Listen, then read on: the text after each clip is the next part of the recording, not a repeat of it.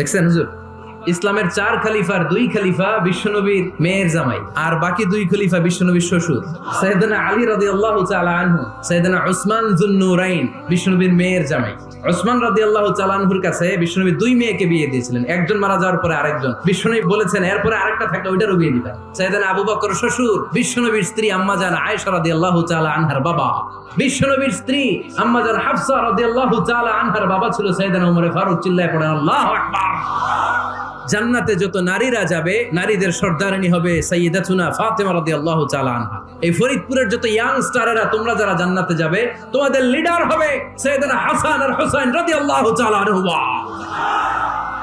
আর বয়স্ক মুরব্বীরা যারা জান্নাতে ঢুকবেন, আপনাদের লিডার হবে সাইয়েদনা আবু বকর আর সাইয়েদনা ওমর ফারুক রাদিয়াল্লাহু তাআলা আনহু। ওমর ফারুক সাধারণ কোনো ক্যারেক্টারিস্টিক্স নয়, ওনাকে আল্লাহ তাআলা নলেজও দিয়েছেন, আবার দিনদারিও দিয়েছেন। আমার যিনি ভাই